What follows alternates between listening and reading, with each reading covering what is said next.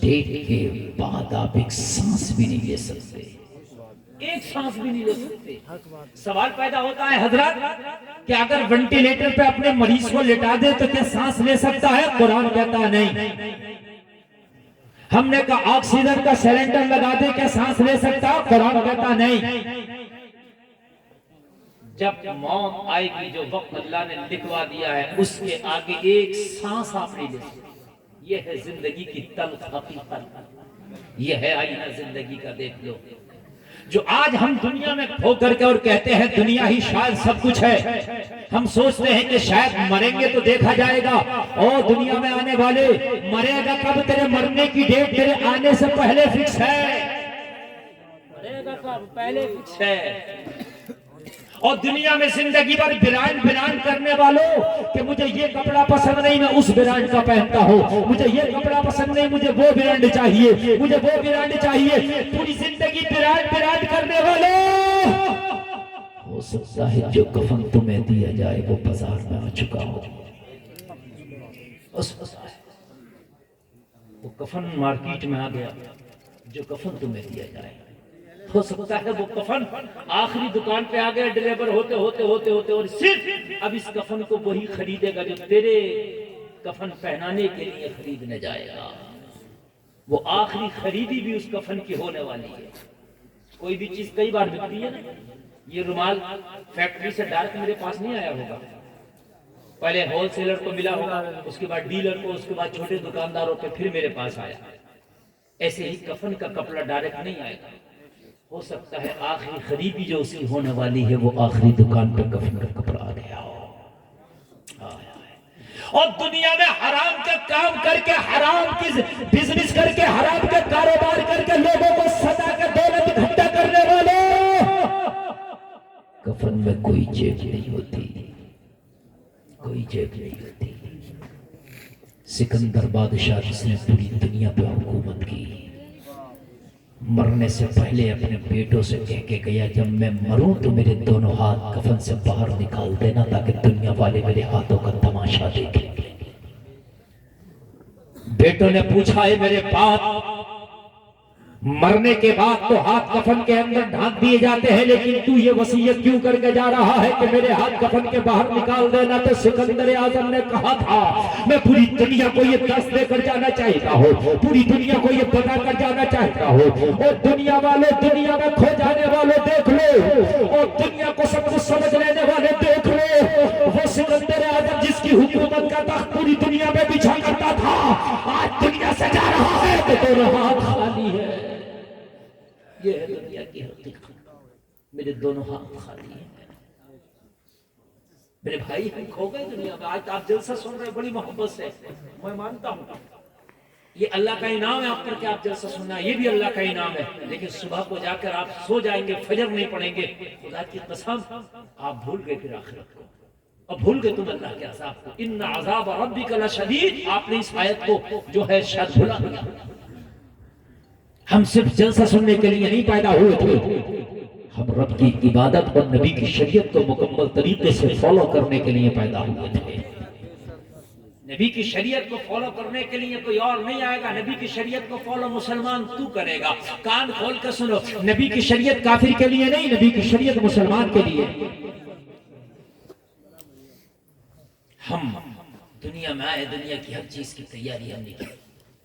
मेरे भाइयों, एक बात बताओ, शादी होती है किसी के घर पर, तो शादी की तैयारियां कितने अच्छे से पूरे घर वाले करते हैं। शादी का दिन लग गया, 6 महीना पहले, 6 महीने से तैयारियां शुरू। कभी कपड़ा खरीदा जा रहा है, कहीं सोना खरीदा जा रहा है, कहीं गोल्ड खरीदा जा रहा है, कहीं चांदी खरीदी जा रही है, कहीं घर में रंग रोगन किया जा रहा है। जिस घर में शादी है उस घर में बड़ी बड़ी जो है तैयारियां शुरू हो रही हैं। बल्कि वो शादी एक होने वाली है, लेकिन शादी की तैयारियां उसके चाचा भी कर रहे हैं, ताया भी कर रहे हैं, खानदानी भी कर रहे हैं, फूफा भी कर रहा, मामू भी कर रहा, खालू भी कर रहा, दोस्त भी कर रहे हैं, मिलने वाले भी कर रहे हैं, अहबाब भी कर रहे हैं। एक शादी है, इतने लोग तैयारियां कर रहे हैं।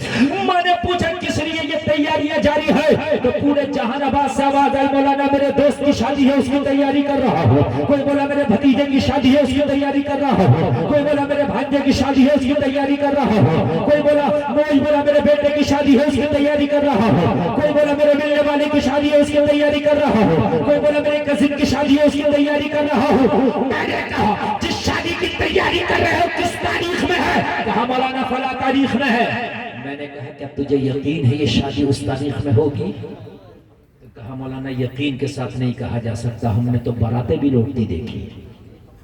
ये बात है कि नहीं कहा जा सकता कि उस तारीख में ये शादी हो जाएगी, अपने तो बारातें भी लौटते देखी है।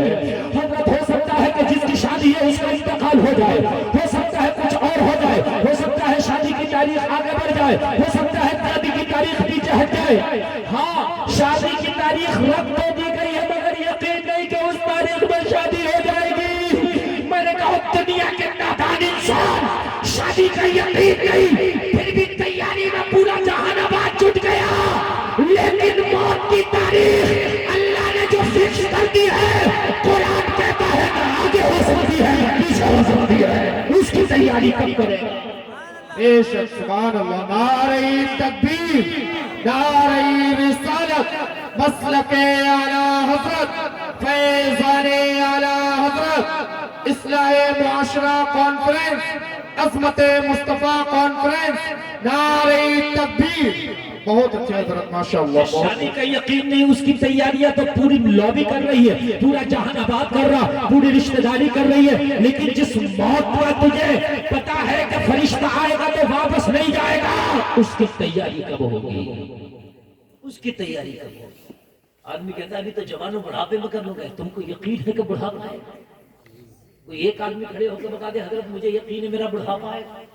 हमने नौजवानों को जाते देखा है और ऐसे ऐसे मर्द हैं। अभी कोरोना आया, आपने देखा कि एक साल पोता चला गया, दादा रह गया। अरे भाई किस चीज के लिए बैठे हुए हो? हम कहते हैं कि हम मुसलमान हैं।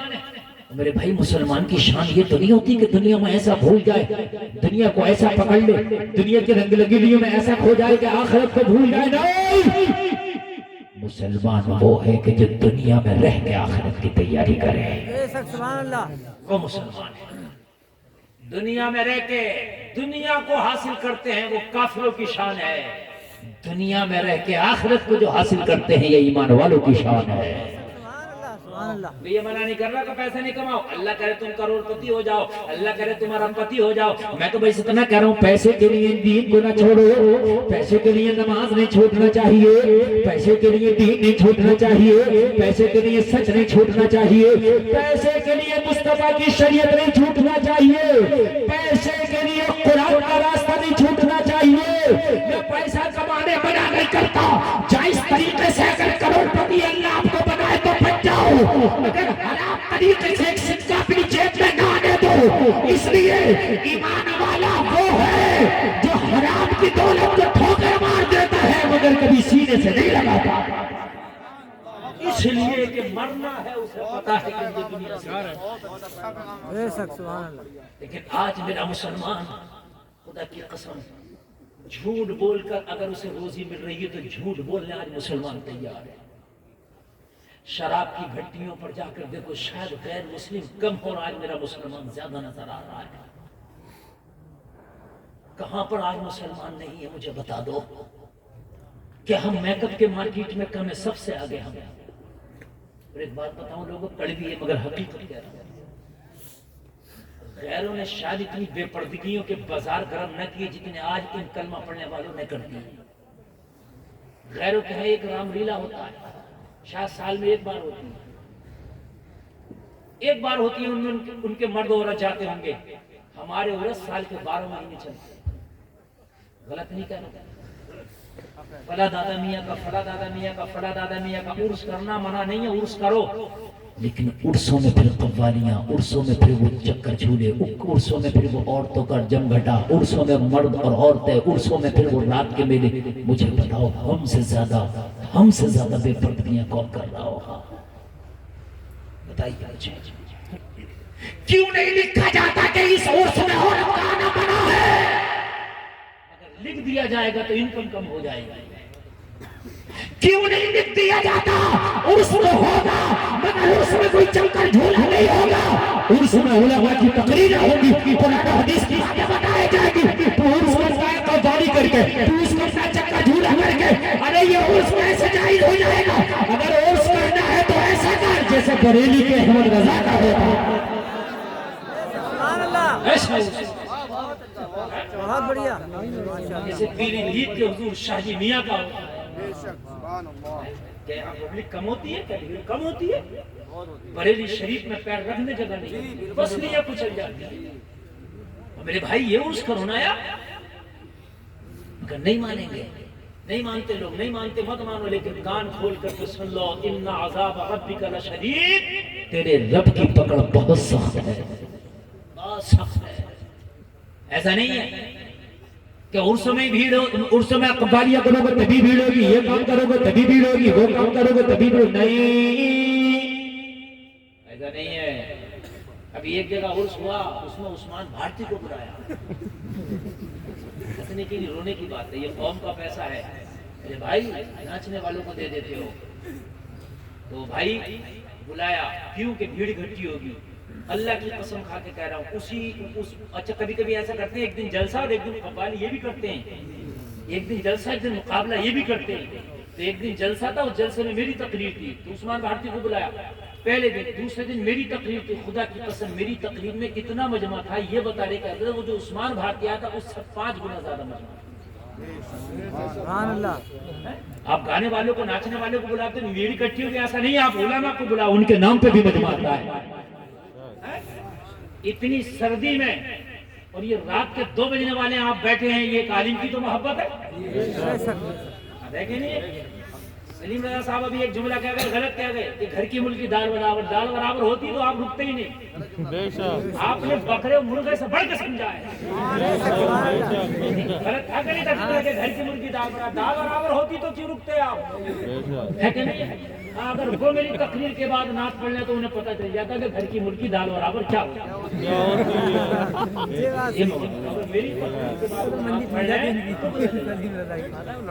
नारेबाज भी चला गया, खाली मैं अकेला मुजाहिद बैठा हूँ।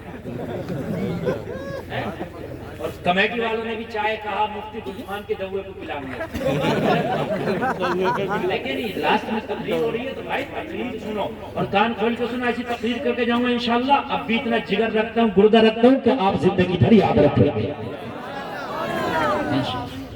इंशाल्लाह। और मेरे भाइयों जहन से ये निकाल दो और कान खोल के सुनो। हमारे उसमें 4000 नहीं, चाहे 4 लोग आए, लेकिन वो 4 लोग नाच देखने नहीं आए, अल्लाह वाले का फसाद लूटने आए, उस हमारा कामयाब है। बस अल्लाह की बारगाह में वो उस कबूल है। तो 4000 कबूल नहीं है, वो 4 कबूल। सही बात है, बेशक हक है। अल्लाह की बारगाह में दल नहीं देखे जाते, अल्लाह की बारगाह में दिल देखे जाते। दिल देखे अल्लाह की बारगाह में दल नहीं देखे जाते, अल्लाह की बारगाह में दिल देखे जाते। दिल पैसा लेकर के आया है। हाँ, हजरत यूसुफ की जब बाजार में बोली लगी और हजरत यूसुफ को जब बेचने के लिए बाजार में लाया गया, तो बड़े बड़े अमीर आए, बड़े बड़े बादशाह आए, अजीज मिस्री भी आए हजरत यूसुफ को खरीदने के लिए।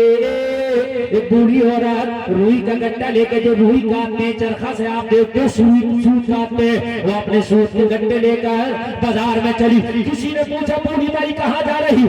कहा मैंने सुना है यूसुफ की आज बोली लगने वाली है, मैंने सुना है कि सरे बाजार यूसुफ को लाया गया है, मैंने सुना है हजरत यूसुफ को बाजार में बेचा जाएगा, मैं यूसुफ को खरीदने के लिए जा रही हूँ। कहा बूढ़ी औरत तेरा दिमाग तो खराब नहीं है, अरे यूसुफ बड़ा खूबसूरत है, उसे खरीदने के लिए अजीज मिस्र आया है, उसे खरीदने के लिए बड़े बड़े अमीर आए हैं, उसे खरीदने के लिए बड़े बड़े मालदार आए हैं। तेरे रुई के 2 गट्टों की औकात क्या है? कहने लगी मैं जानती हूँ कि मेरे रुई के गट्टों की औकात नहीं है, मगर कल मैदान महशर में जब यूसुफ के वफादारों को इकट्ठा किया जाएगा तो वहाँ मेरा नाम भी आएगा। अल्लाह माल को नहीं देता,